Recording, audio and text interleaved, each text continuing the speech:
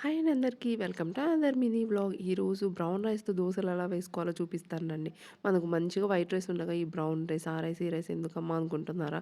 Brown రైస్‌లో complex carbohydrates ఉంటాయి. White రైస్‌లో సింపుల్ కార్బోహైడ్రేట్స్ ఉంటాయి. సో, కాంప్లెక్స్ కార్బోహైడ్రేట్స్ వల్ల ఏంటి అంటే మనకి తిన్న తర్వాత బ్రేకౌట్ అవ్వడానికి చాలా టైం పడుతుంది కాబట్టి, చాలా టైం వరకు మనకు ఆకలవ్వదు. అలాగని స్టమక్ ఫుల్‌గా ఉన్న ఫీలింగ్ ఉంటదనమాట. సో, పుల్కా అయినా, చపాతీ అయినా, బ్లాక్ రైస్, రెడ్ రైస్ ఇలాంటి రైసెస్ ఎందుకు తినమంటారు మిల్లెట్స్ అయినా కంటే కాంప్లెక్స్ కార్బోహైడ్రేట్స్ ఎక్కువ టైం మీకు ఫుల్‌ఫిల్ ఉన్నట్టుంటది. చెప్పించాలా గానీ దోసలో ఎలా ఏసుకోవాలో చెప్పంటారా? ఓకే అండి. 3 కప్స్ బ్రౌన్ రైస్, 1 కప్ మినపప్పు తీసుకొని నైట్ అంతా సారీ డే అంతా సోక్ చేసేసి ఈవినింగ్ ఫైన్‌గా మిక్సీ పట్టేసి మార్నింగ్‌కి ఫుల్‌గా ఫర్మెంట్ అయిపోతుంది. దోసలేసుకొని హ్యాపీగా ఇంట్లో వాళ్ళకి ఇచ్చేయడమే.